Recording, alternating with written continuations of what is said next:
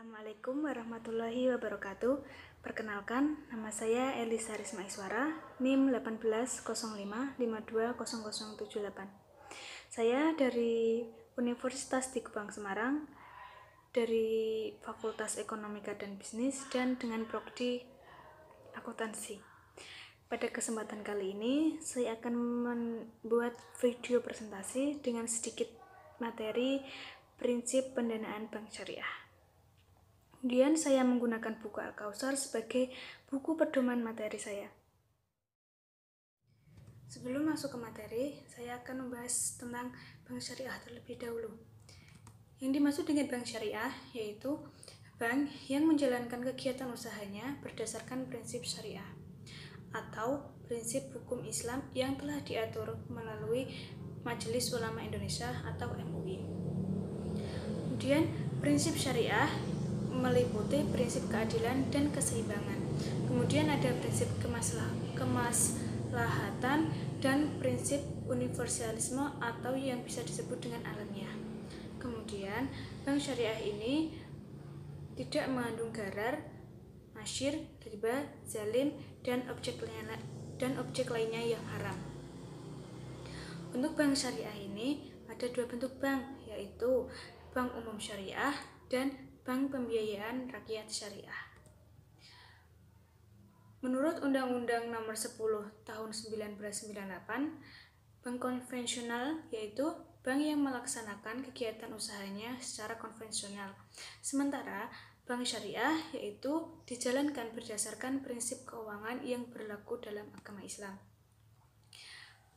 Perbedaan dari bank syariah dan bank konvensional yaitu dari segi pembagian keuntungan.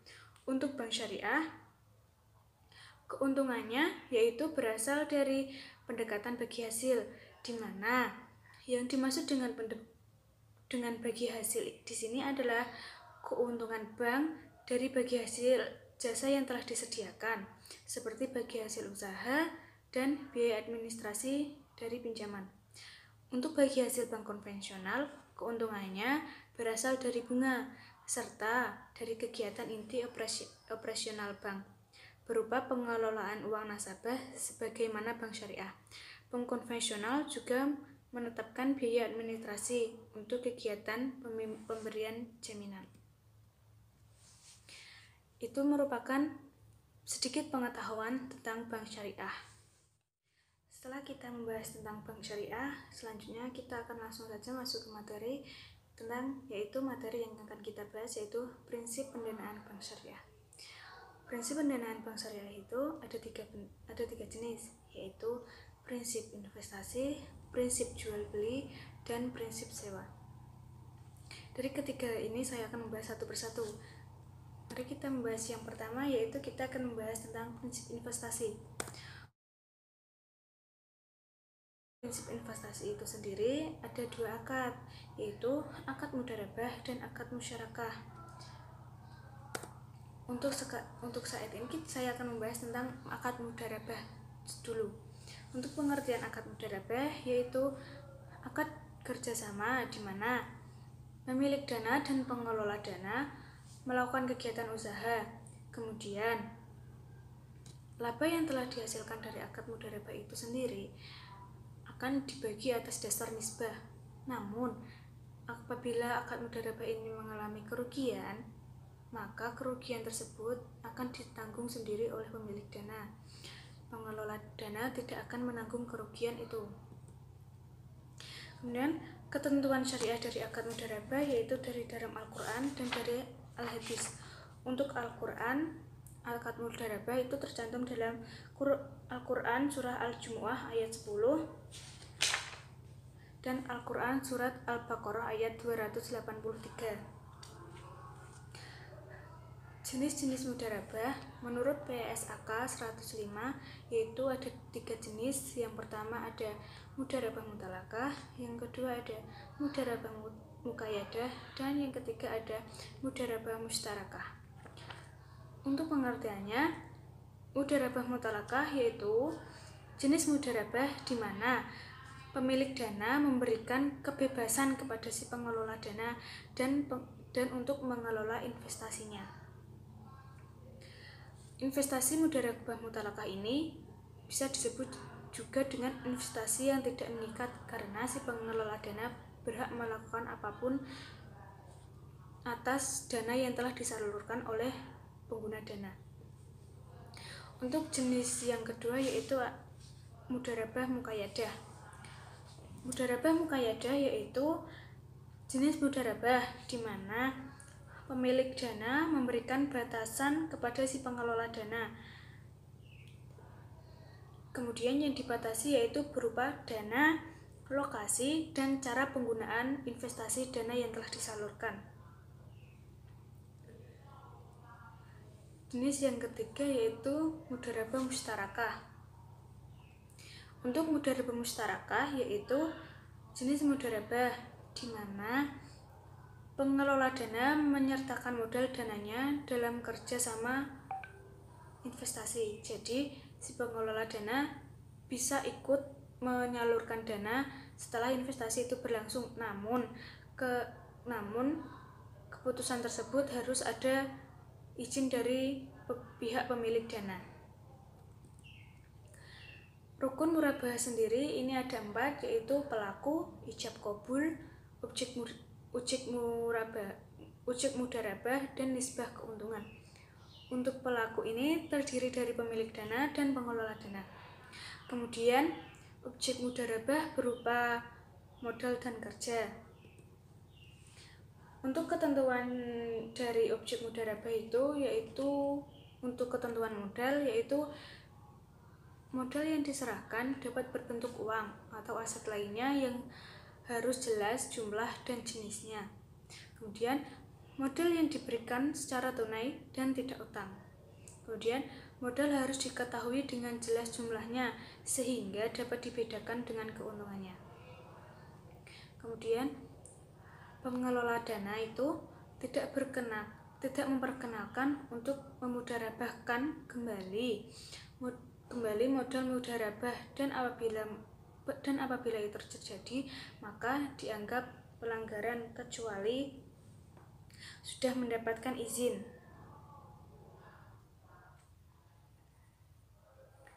Kemudian untuk ketentuan syariah kerja yaitu kontribusi pengelola dana dapat berbentuk keahlian, keterampilan. Kemudian kerja adalah hak pengelola dana dan tidak boleh diinvestasikan oleh pemilik dana. Kemudian pengelola dana itu harus menjalankan usahanya sesuai dengan syariah dan tidak boleh melenceng dari syariah, karena itu akan melanggar hukum. Kemudian pengelola dana harus mematuhi semua ketetapan yang ada dalam kontrak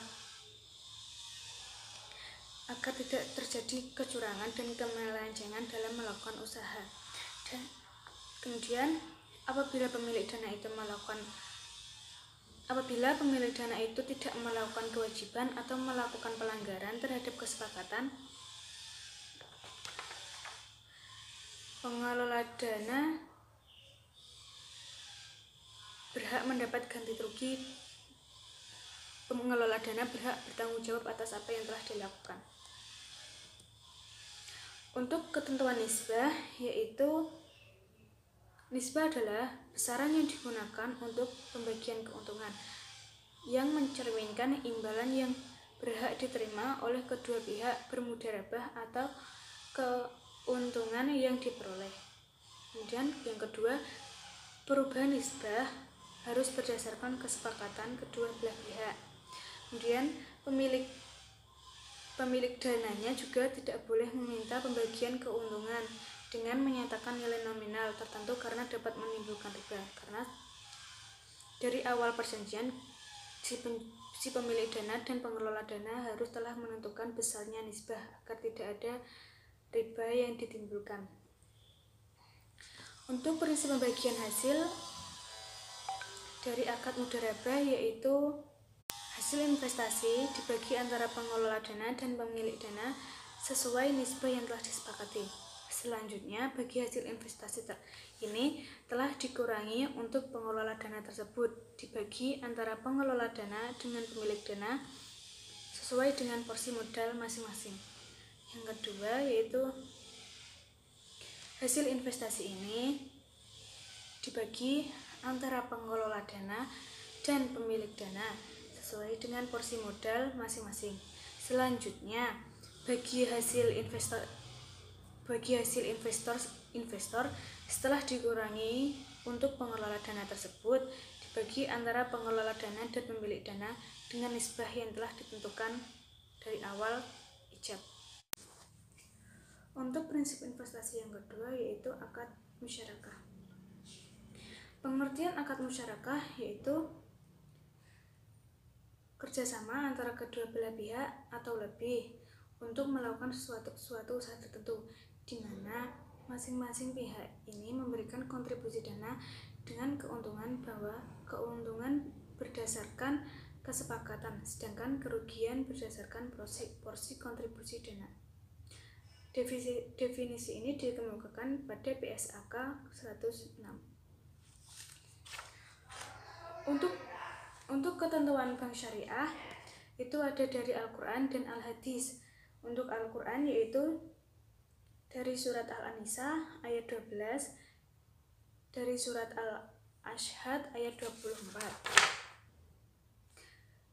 Dan yang ketentuan syariah yang kedua yaitu dari Al-As-Sunnah. Jenis-jenis mustarakah itu ada dua bentuk. Yang pertama yaitu berdasarkan eksistensinya dan yang berdasarkan PSAK. Dari yang berdasarkan eksistensinya itu ada dua jenis akad musyarakah yaitu akad syirkah al-malik dan akad syirkah al-uqdu. Untuk pengertiannya, syirkah al-malik yaitu kepemilikan bersama yang keberadaannya muncul apabila dua orang atau lebih memperoleh kepemilikan bersama atau atas suatu kekayaan.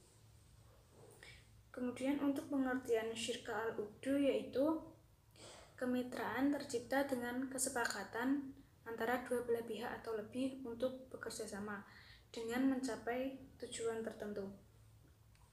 Dari syirkah al-uqdu ini dibedakan menjadi 3 jenis, yaitu syirkah abdan, syirkah wujuh, syirkah inan, dan syirkah mufawadah. Kemudian jenis mustarakah yang berdasarkan PSAK ini ada dua, yaitu mustarakah permanen dan mustarakah menurun. Untuk mustarakah permanen ini yang dimaksud adalah mustarakah dengan ketentuan bagian dana setiap mitra ditentukan saat akad dan jumlahnya tetap hingga akhir akad. Kemudian untuk musyarakah menurun yang dimaksud adalah musyarakah dengan ketentuan bagi dana dan salah satu mitra akan dialihkan secara bertahap kepada mitra lainnya, sehingga bagian dananya akan menurun pada akhir akad mitra dan akan menjadi pemilik penuh musyarakah tersebut. Untuk rukun musyarakah seperti rukun mudharabah ada 4, yaitu ada pelaku yang terdiri atas para mitra, kemudian yang kedua ada objek pajak yang berupa modal dan kerja, kemudian yang ketiga ada ijab kabul, dan yang keempat ada nisbah keuntungan. Untuk ketentuan syariah objek musyarakah yaitu modal yang diberikan harus tunai. Kemudian modal yang diserahkan dapat berupa uang tunai, emas, perak, aset perdagangan atau aset tidak berwujud seperti lisensi, hak paten, dan sebagainya. Kemudian apabila modal yang diserahkan berupa aset non-kas, maka harus ditentukan nilai tunainya dan harus disepakati bersama antara kedua belah pihak. Kemudian modal yang diserahkan oleh setiap mitra harus dicampur. Kemudian yang terakhir, dalam kondisi normal, setiap mitra memiliki hak untuk mengelola aset kemitraan. Kemudian, mitra tidak boleh meminjam uang atas nama usaha musyarakah. Ada lagi juga, seorang mitra tidak diizinkan untuk mencairkan dan menginvestasikan modal untuk kepentingan sendiri. Kemudian, pada prinsipnya, dalam musyarakah tidak boleh ada pinjaman modal. Jadi harus modal sendiri. Modal dari diri sendiri, tidak boleh meminjam. Kemudian modal yang ditanamkan tidak boleh digunakan untuk membiayai proyek atau investasi yang telah dilarang syariah. Untuk ketentuan syariah objek kerja yaitu partisipasi para mitra dalam pekerjaan merupakan dasar pelaksanaan musyarakah. Kemudian tidak dibenarkan bila salah satu di antaranya menyatakan tidak ikut serta dalam menangani pekerjaan kemitraan tersebut. Kemudian setiap mitra bekerja atas nama pribadi atau mewakili mitra. Kemudian para mitra harus menjalankan usaha sesuai dengan syariah. Seorang mitra yang melakukan pekerjaan di luar wilayah yang mereka sepakati, maka seorang mitra tersebut berhak mempekerjakan orang lain untuk menangani pekerjaan tersebut. Kemudian jika seorang mitra mempekerjakan pekerjaan lain untuk melaksanakan tugas yang menjadi bagiannya, jadi biaya tersebut harus ditanggung oleh mitra itu sendiri. Untuk ketentuan syariah dari nisbah, yaitu nisbah yang dibutuhkan untuk pembagian keuntungan dan juga harus disepakati oleh para mitra di awal akad, sehingga apabila terjadi resiko di antara mitra bisa diminimalisir atau dihilangkan. Kemudian perubahan nisbah harus didasarkan pada kesepakatan pihak yang terlibat di dalamnya. Keuntungan harus dapat dikuantifikasi dan juga ditentukan apa yang menjadi dasar perhitungan keuntungan tersebut.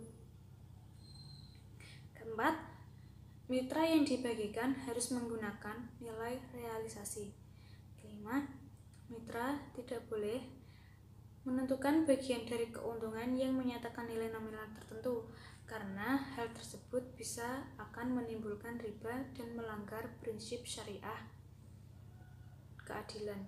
Kemudian yang keenam, diperbolehkan untuk mengalokasikan keuntungan bagi pihak ketiga. Misalnya, disumbangkan untuk organisasi kemanusiaan atau untuk cadangan. Untuk pembagian nisbah dari akad musyarakah ada dua cara alternatif, yaitu cara yang pertama pembagian keuntungan proporsional sesuai dengan modal, dan yang kedua, alternatif kedua, yaitu pembagian keuntungan tidak proporsional dengan modal. Untuk pembagian keuntungan yang proporsional sesuai dengan modal, yaitu keuntungan tersebut harus dibagi di antara mitra secara proporsional sesuai modal yang telah disetorkan dari para mitra, tidak memandang apakah jumlah pekerja yang dilaksanakan oleh para mitra atau sama atau tidak sama. Kemudian alternatif yang kedua yang dimaksud yaitu pembagian keuntungan tidak proporsional dengan modal, yaitu pembagian penentuan nisbah ini dipertimbangkan bukan hanya modal yang disetorkan, namun juga dengan tanggung jawab yang telah dilaksanakan, pengalaman, kompetensi, dan waktu kerja yang lebih panjang. Untuk prinsip pendanaan bank syariah yang kedua yaitu prinsip jual beli. Untuk prinsip jual beli itu ada 3 bentuk, yaitu akad murabahah, akad salam, dan akad istisna. Bahasan yang pertama yaitu tentang akad murabaha. Akad murabaha yaitu akad jual beli barang dengan harga sebesar biaya perolehan, kemudian ditambah dengan keuntungan yang telah disepakati, dan penjual itu sendiri harus memberitahukan biaya perolehan barang yang dijual kepada si pembeli. Definisi ini berdasarkan dengan PSAK 102. Untuk ketentuan syariah akad murabahah itu ada dari Al-Quran dan dari Al-Hadis. Untuk Al-Quran yaitu dari Quran surah An-Nisa ayat 29, kemudian ada Quran surah Al-Maidah ayat 1, dan yang ketiga ada surat Al-Baqarah ayat 275. Selanjutnya yaitu jenis-jenis murabahah itu ada dua bentuk, yaitu murabahah berdasarkan pesanan dan murabahah tanpa pesanan. Untuk yang murabahah dengan pesanan yaitu penjual melakukan pembelian barang setelah ada pemesan dari pembeli. Murabahah dengan pesanan ini bersifat mengikat atau tidak mengikat.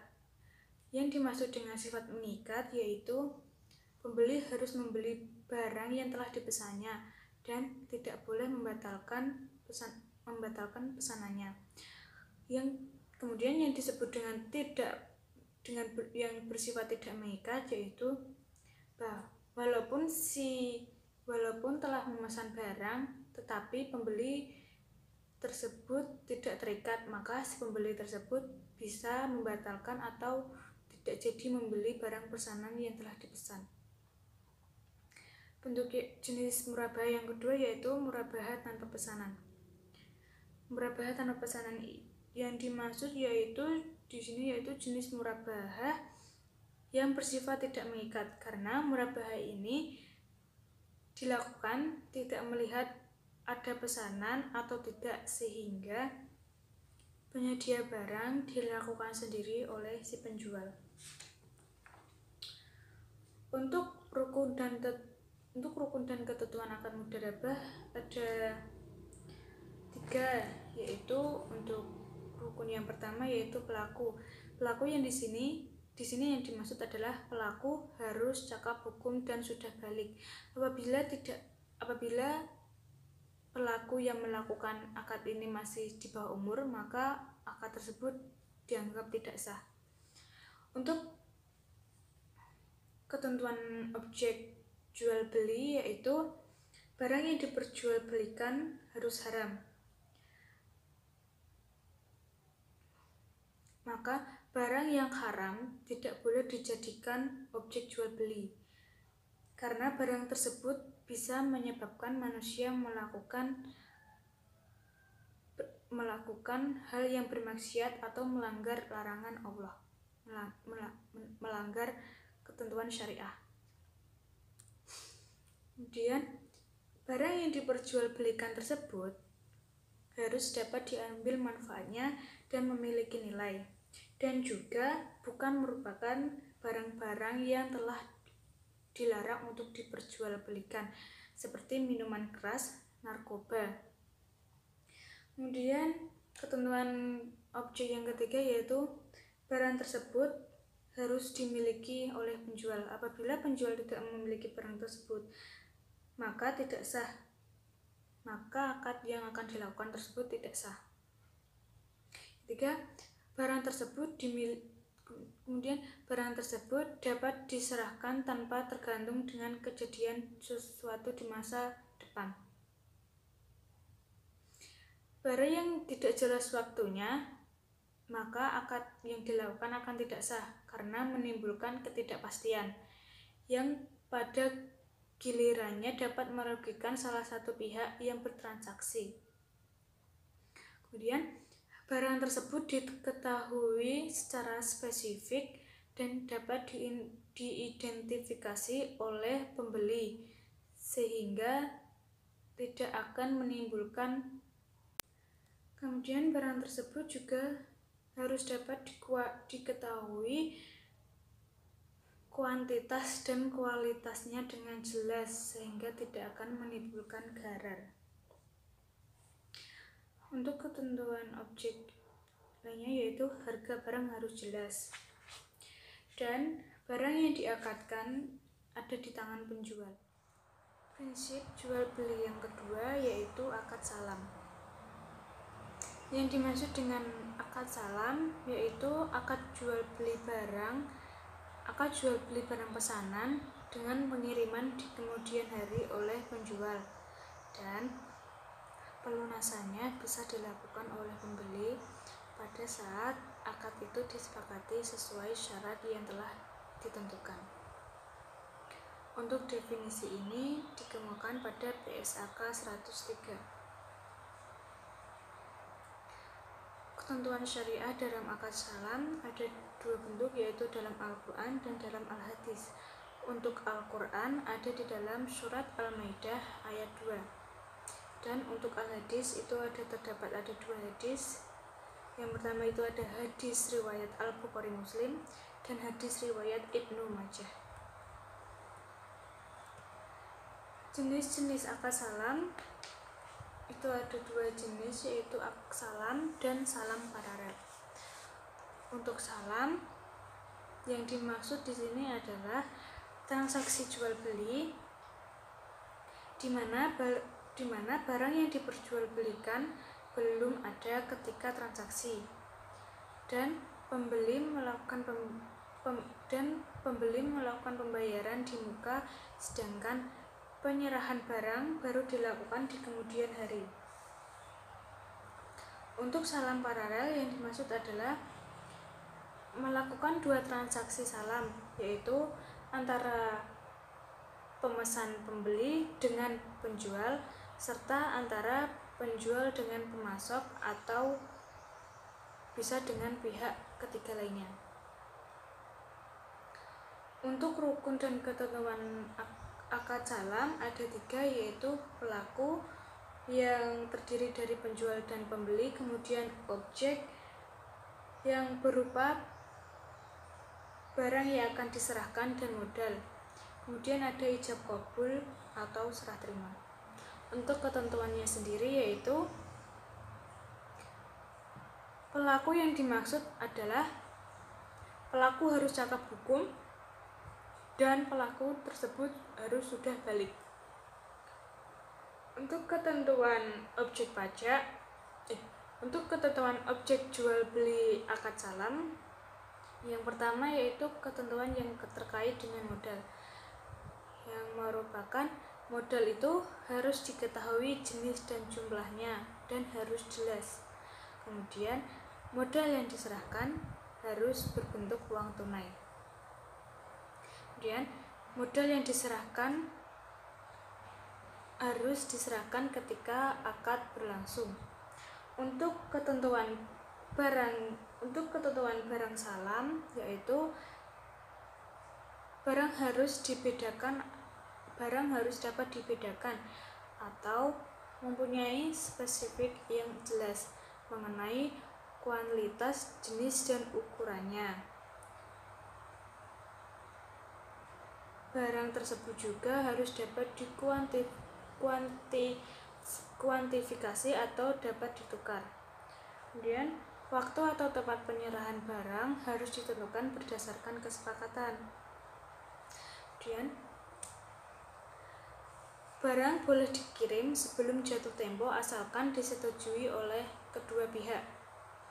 Kemudian pembeli tidak boleh menjual barang sebelum menerimanya. Kemudian apabila tempat penyerahan akad tidak disebutkan, akad tersebut akan tetap sah dilakukan. Dan yang terakhir yaitu tidak boleh menukar barang kecuali dengan barang sejenis sesuai dengan kesepakatan. Yang dimaksud ijab qabul yaitu pernyataan dan ekspresi saling ridha atau saling rela di antara pihak-pihak pelaku akad yang dilakukan secara verbal, tertulis, dan melalui korespondensi atau menggunakan cara-cara komunikasi modern. Kemudian karakteristik salam yang dijelaskan dalam PSAK nomor 103 yaitu yang pertama, lembaga keuangan syariah dapat bertindak sebagai pembeli atau dapat bertindak sebagai penjual dalam suatu transaksi salam. Yang kedua, salam paralel dapat dilakukan dengan syarat, yaitu yang syarat yang pertama, akad antara lembaga keuangan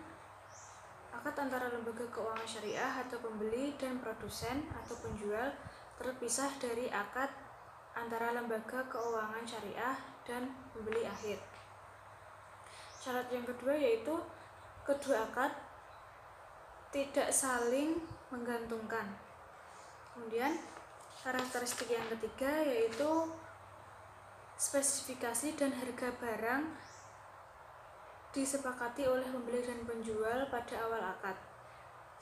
Karakteristik yang keempat, barang pesanan tersebut harus diketahui karakteristiknya secara umum yang meliputi jenis, spesifikasi, teknisi, kualitas, dan kuantitas barang yang akan dilakukan transaksi. Karakteristik yang kelima yaitu alat pembayaran yang harus digunakan yaitu harus diketahui jumlah dan bentuknya, baik berupa kas, barang, atau bisa bermanfaat. Yang terakhir yaitu transaksi salam dilakukan karena pembeli berniat memberikan modal kerja terlebih dahulu untuk memungkinkan penjual untuk memproduksi barangnya. Bentuk jual beli yang ketiga yaitu ada akad istisna. Yang dimaksud dengan akad istisna yaitu akad jual beli dalam bentuk pesanan pembuatan barang tertentu dengan kriteria yang telah disyaratkan dengan kriteria dan persyaratan tertentu. Definisi ini dikemukakan pada PSAK nomor 104. Barang pesanan akad istisna itu harus memiliki kriteria seperti barang tersebut harus memerlukan proses pembuatan setelah akad disepakati. Kemudian, barang harus sesuai dengan spesifikasi pesanan, bukan termasuk produk massal. Dan kriteria yang ketiga yaitu barang harus diketahui karakteristiknya. Secara umum meliputi jenis, spesifikasi teknis, kualitas, dan kuantitasnya. Untuk jenis-jenis istisna yaitu ada dua. Yang pertama itu istisna dan istisna paralel. Yang dimaksud dengan istisna yaitu akad jual beli dalam bentuk pesanan pembuatan dengan kriteria dan persyaratan tertentu yang disepakati antara pemesan dan disepakati oleh penjual. Kemudian yang dimaksud dengan akad paralel yaitu suatu bentuk akad istisna antara penjual dan pemesan di mana untuk memenuhi kewajibannya kepada pemesan, penjual melakukan akad istisna dengan pihak lain yang dapat memenuhi aset yang dipesan oleh pembeli atau oleh si pemesan. Akad istisna rukun yang pertama yaitu transaktor. Yang dimaksud dengan transaktor di sini yaitu terdiri atas si pembeli dan si penjual yang dimana disyaratkan memiliki kompetensi berupa balik dan kemampuan memilih yang optimal seperti tidak gila, tidak sedang tidak dipaksa, dan yang lain sejenisnya. Untuk objek jual beli istisna harus memiliki ketentuan yaitu harus jelas spesifikasinya, Kemudian penyerahannya juga dilakukan di kemudian. Kemudian waktu dan tempat penyerahan barang itu harus ditentukan berdasarkan kesepakatan. Kemudian pembeli tidak boleh menjual barang sebelum menerimanya. Yang terakhir yaitu tidak boleh menukar barang. Untuk ijab dan qabul yang dimaksud yaitu pernyataan dari kedua belah pihak yang berkontrak dengan cara penawaran dari penjual dan penerima yang dinyatakan oleh pembeli. Prinsip penyaluran dana bank syariah yang ketiga yaitu prinsip sewa. Yang dimaksud dengan prinsip sewa yaitu akad pemindahan hak guna atau manfaat atas suatu barang atau jasa dalam waktu tertentu dengan pembayaran upah sewa atau ujrah tanpa diikuti dengan pemindahan kepemilikan barang itu sendiri. Bagi bank syariah, akad ijrah ini memiliki keunggulan seperti objek ijarah dapat berupa barang atau jasa, tergantung dari kesepakatan antara penyewa dan pemberi sewa. Resiko bila dibandingkan dengan akad mudharabah dan musyarakah, akad ijarah relatif mempunyai resiko usaha yang lebih kecil dikarenakan pendapatan sewa yang diterima oleh bank syariah bersifat tetap dan teratur atau rutin. Untuk ketentuan syariah dari akad ijarah ini ada dua, yaitu dari Al-Quran dan dari Al-Hadis. Dari Al-Quran dan dari As-Sunnah. Untuk yang berdasarkan dari Al-Quran, dari dalil-dalil Al-Quran yaitu berada dalam surah Az-Zuhruf ayat 32, surah Al-Baqarah ayat 233, surah Al-Qasas ayat 26 dan 27, kemudian surah Al-Maidah ayat 1 dan surah An-Nisa ayat 29.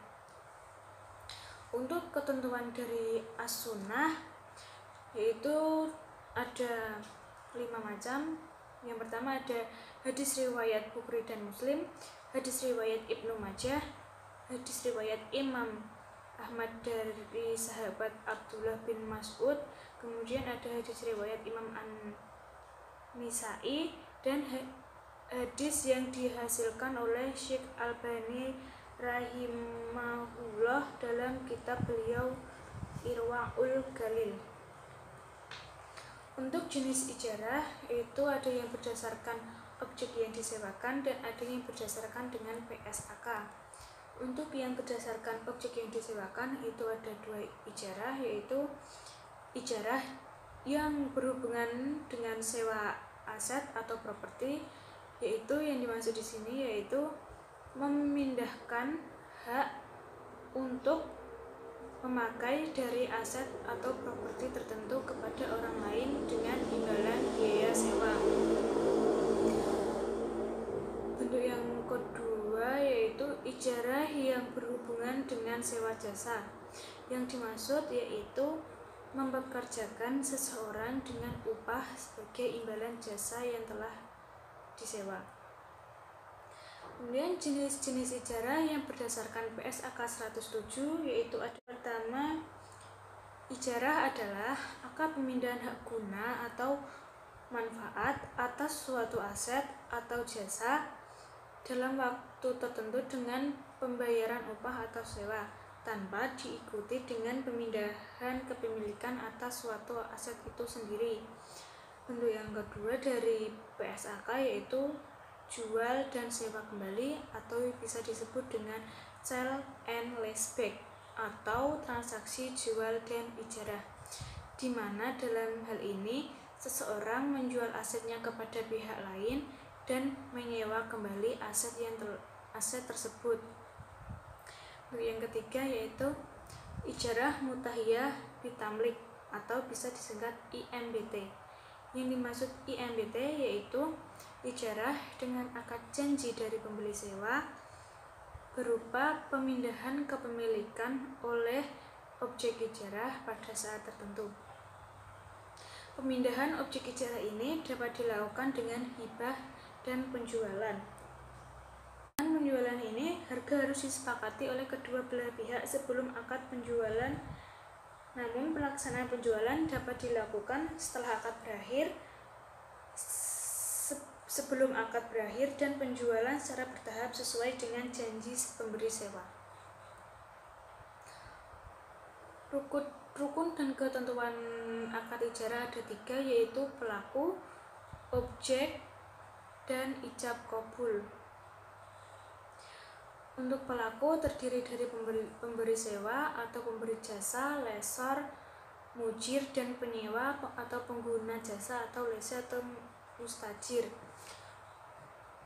Untuk objek akad berupa manfaat aset dan pembayaran sewa atau manfaat jasa dan pembayaran upah. Ketentuan dari objek ijarah yang pertama itu berupa manfaat jasa atau aset. Jasa atau aset harus bisa dinilai dan dapat dilaksanakan dalam kontrak. Kemudian jasa atau aset ini harus bersifat dibolehkan secara syariah dan tidak melanggar ketentuan syariah atau tidak diharamkan. Kemudian harus dikenali secara spesifik sedemikian rupa untuk menghilangkan ketidaktahuan yang dapat menimbulkan sengketa. Yang terakhir yaitu aset atau jasa memiliki jangka waktu penggunaan manfaat yang ditentukan dengan jelas. Upah. Untuk ketentuan objek ijarah yang berupa sewa dan upah. Sewa dan upah yaitu sesuatu yang dijanjikan dan dibayar penyewa atau pengguna jasa kepada pemberi sewa atau pemberi jasa sebagai pembayaran atas manfaat aset atau jasa yang digunakan. Ketentuan upah dan sewa yaitu upah dan sewa harus jelas besarnya dan diketahui oleh para pihak yang berakad. Kemudian sewa dan upah boleh dibayarkan dalam bentuk jasa dari jenis yang berupa dengan objek akad. Kemudian sewa dan upah ini harus bersifat fleksibel. Ada juga yaitu ketentuan syariah untuk ijarah mutahiyah bitamlik yaitu ketentuan yang pertama, pihak yang melakukan ijarah mutahiyah bitamlik harus melaksanakan akad ijarah terlebih dahulu. Kemudian akad memindahkan kepemilikan baik dengan jual beli atau pemberian hanya dapat dilakukan setelah masa ijarah itu selesai. Ketentuan yang kedua yaitu janji pemindahan kepemilikan harus disepakati di awal akad. Yang disepakati pada awal akad ijarah adalah wa'ad yang hukumnya tidak mengikat. Untuk ijab qabul adalah pernyataan dan ekspresi saling ridha atau saling rela di antara pihak-pihak pelaku akad yang dilakukan secara verbal, tertulis maupun korespondensi atau menggunakan cara-cara komunikasi modern. Kemudian setelah terjadinya akad ijarah ini, akad ijarah itu juga bisa dapat berakhir apabila terdapat yang pertama yaitu periode akad tersebut sudah selesai sesuai dengan perjanjian. Kemudian yang kedua, periode akad belum selesai tetapi pemberi sewa dan penyewa sepakat menghentikan akad ijarah.